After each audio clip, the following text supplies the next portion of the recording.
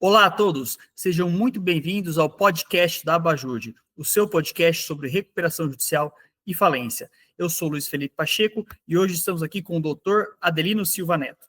Adelino Silva Neto, que é advogado e administrador judicial, doutor em Ciências Jurídicas e Sociais, engenheiro, membro consultor da Comissão de Falência e Recuperação Judicial da OAB Nacional, palestrante, professor universitário, autor de obras jurídicas, coordenador do curso de pós-graduação em recuperação judicial, falência e administração judicial pela UPS Brasília. Doutor Adelino, seja muito bem-vindo. Muito obrigado. Um grande prazer estar aqui com vocês. O prazer é todo nosso. E hoje a nossa conversa é sobre o aumento dos casos de recuperação judicial. A recuperação judicial está em alta e falaremos então das causas, dos impactos e do futuro das empresas no Brasil. O doutor Adelino recentemente publicou um artigo sobre o tema, né? Doutor Adelino, poderia nos passar brevemente qual que é o cenário atual da recuperação judicial no Brasil, as causas de aumento, o que tem acontecido com as empresas?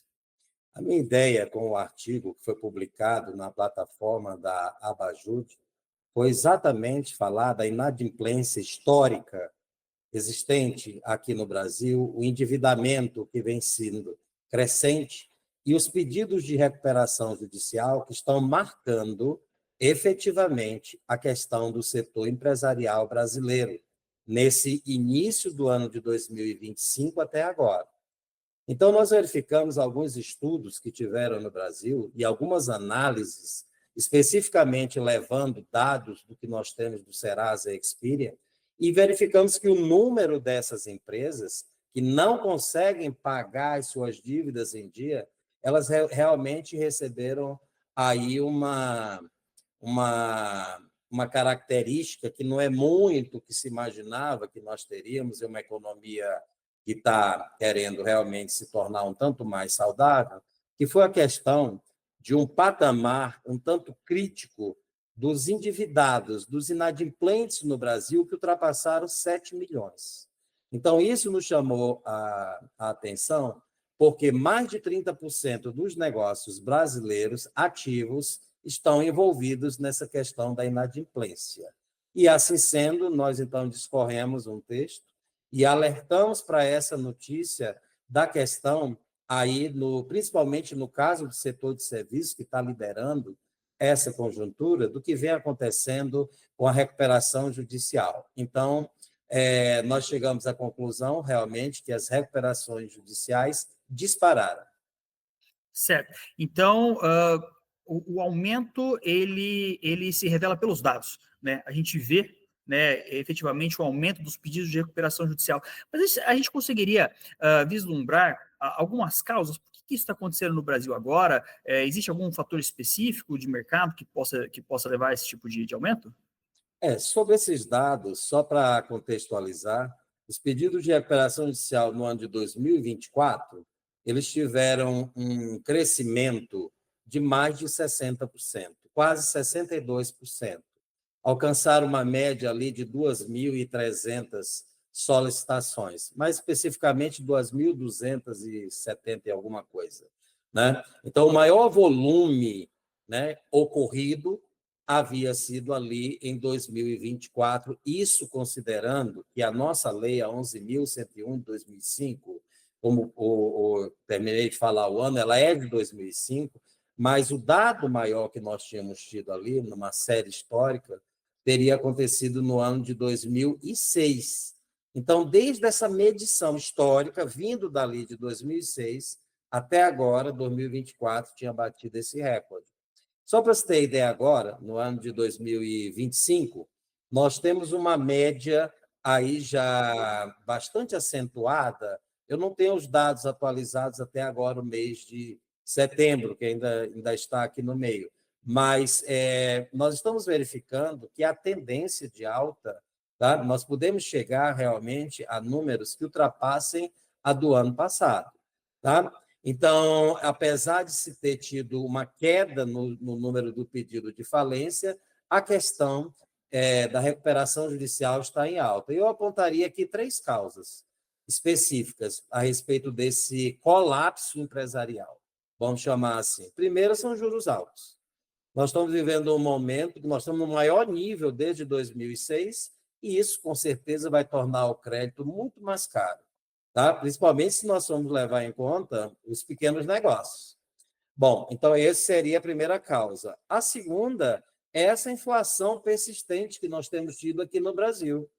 Porque quando se leva em conta a inflação, os preços, eles vêm numa toada onde eles vão trazendo, na verdade, um encarecimento de tudo que se tem aqui na nossa sociedade, sem dúvida alguma, vão corroendo o poder de compra dos consumidores. E os custos vão se elevando.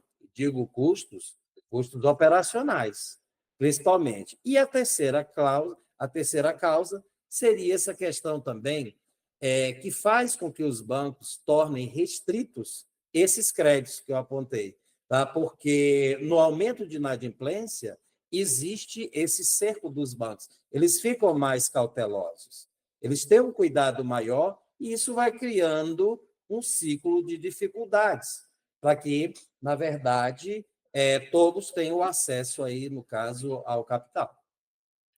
Compreendo. Então, o cenário do empreendimento no Brasil, que sempre foi complexo, hoje enfrenta, né, nos últimos anos, alguns agravantes, né, como o doutor falou, a taxa de juros e as causas de mercado e bancárias que têm dificultado a vida das empresas.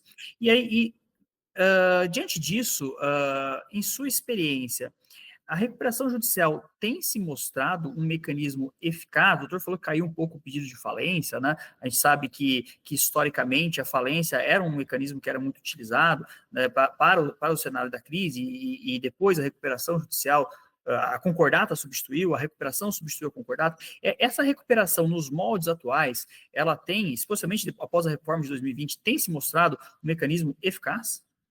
Tem se mostrado um mecanismo eficaz, sem dúvida alguma, isso é um bônus, é um grande benefício que o empresário e a sociedade empresarial recebem quando eles têm, na verdade, requisitos para poder entrar nesse processo que era muito desconhecido e havia, na verdade, um mito ao redor onde não se tinham informações a respeito.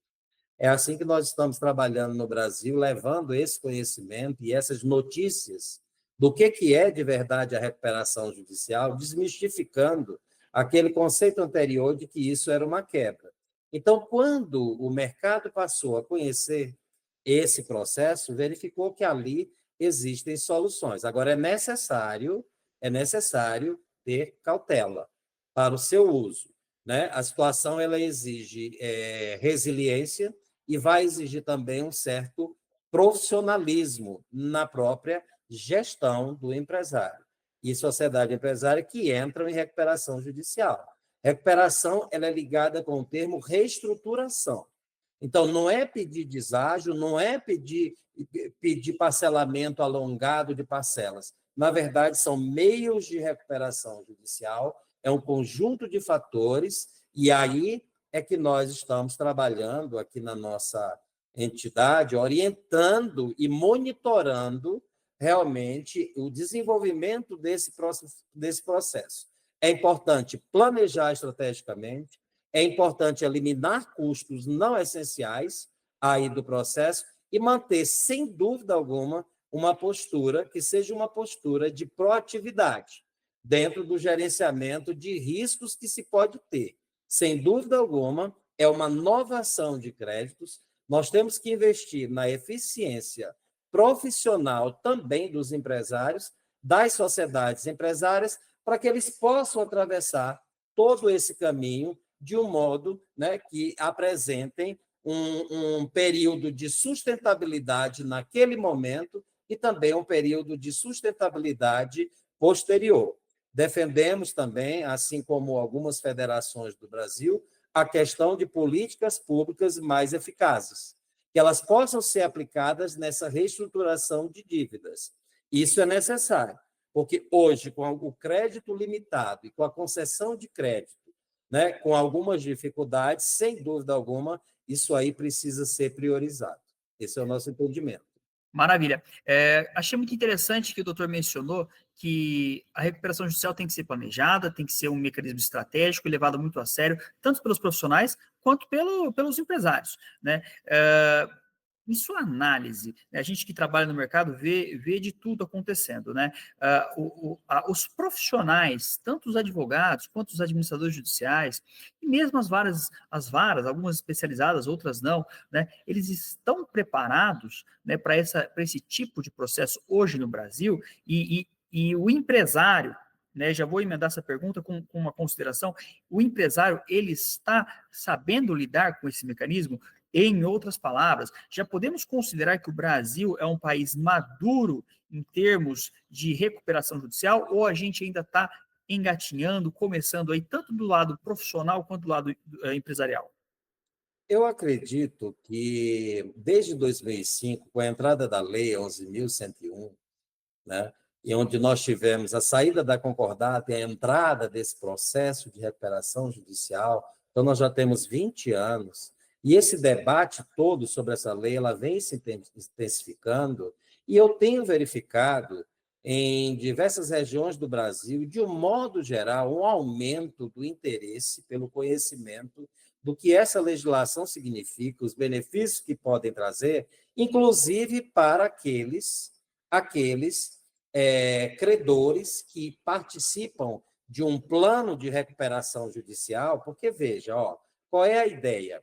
O devedor em crise passageira, econômica passageira, ele se mostra viável e vai ser assim.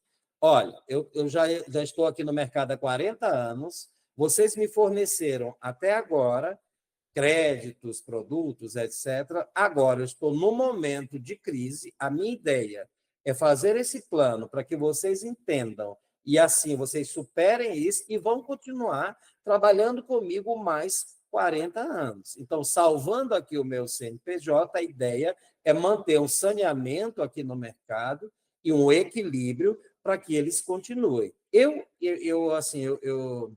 tenho uma visão de que esse entendimento da realidade financeira da empresa, ela é fundamental. Tá? Primeiro, para a empresa não operar no vermelho.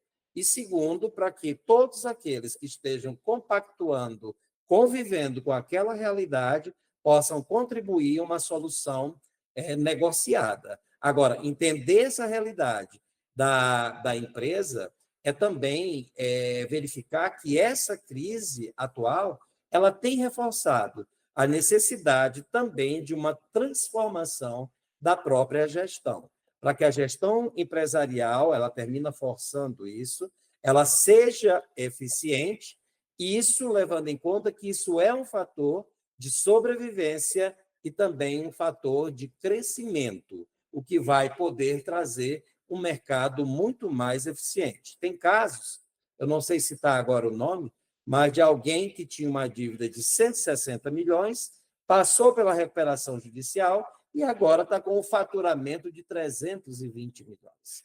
Quer dizer, conseguiu realmente fazer a reestruturação dentro desse conjunto de fatores e possibilidades que um processo de recuperação judicial traz. Mas, sem dúvida, os profissionais têm que ser capacitados.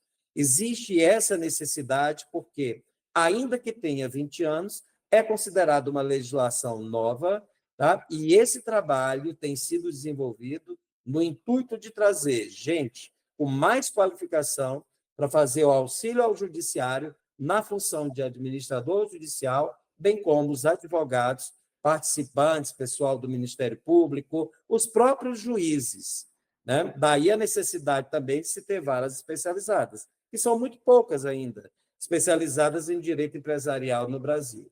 Aonde não tem, o processo ele caminha em varas cíveis.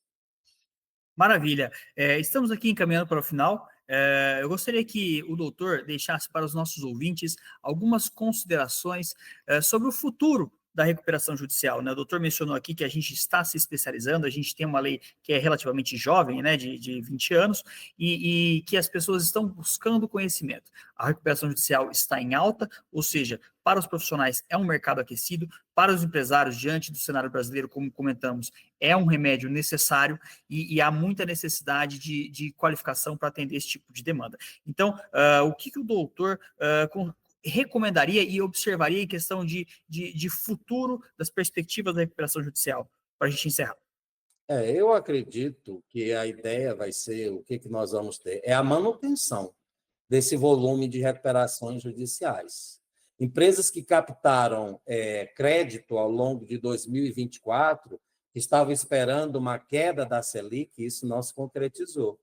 Tá? Portanto, o que que acontece? Essas empresas, elas terminaram entrando em um cenário de endividamento, sem falar que passaram também por aquela questão da crise ali do Covid. Agora, o que que acontece? Hoje elas estão enfrentando, sem dúvida alguma, um cenário de endividamento mais severo, mais elevado. Isso por conta dessas condições mais onerosas, né? Que foram mais ainda do que aquelas que foram projetadas inicialmente. Então, eu acredito que nós devemos ter expectativa é que esses pedidos de recuperação judicial se mantenham em patamares elevados, semelhante agora em 2025 do que nós tivemos em 2024, tá? Os próprios dados de 2025, que nós já apuramos, ainda que não totalizados, não terminou o ano, né? Mas eles já apontam para essa continuidade e essa tendência. Não há nenhum sinal de estabilização. Então, a ideia é que essas empresas, hoje, se veem obrigadas a arcar com esses custos elevados, superiores ao que elas tinham estimado originalmente, sem dúvida alguma, essa questão compromete a liquidez dessas empresas, né? E pressiona esse serviço da dívida de uma forma insustentável, tá? De modo que essa alta dos processos e esses impactos das demandas por recuperações judiciais, aqui na nossa legislação, essa necessidade de redução de algumas dessas situações macroeconômicas, elas se perpetuam e a ideia é que nós tenhamos, sem dúvida alguma, uma continuidade aí dessa elevação ainda por algum tempo. Perfeito. Eu gostaria de agradecer muito ao doutor pela presença de hoje e dizer a todos que estão nos ouvindo que, se você tem interesse em conhecer um pouco mais sobre recuperação judicial, acesse o site da Abajude, a Associação Brasileira de Administradores Judiciais, www.abajude.com.br. Lá você encontrará artigos, indicações de livros e poderá, associando-se, participar dos diversos eventos que a Abajude promove. E, doutor Adelino, foi um prazer imenso conversar com o doutor hoje, tá? Gostaria de convidá-lo a voltar mais vezes para o podcast. As suas considerações são sempre muito bem-vindas.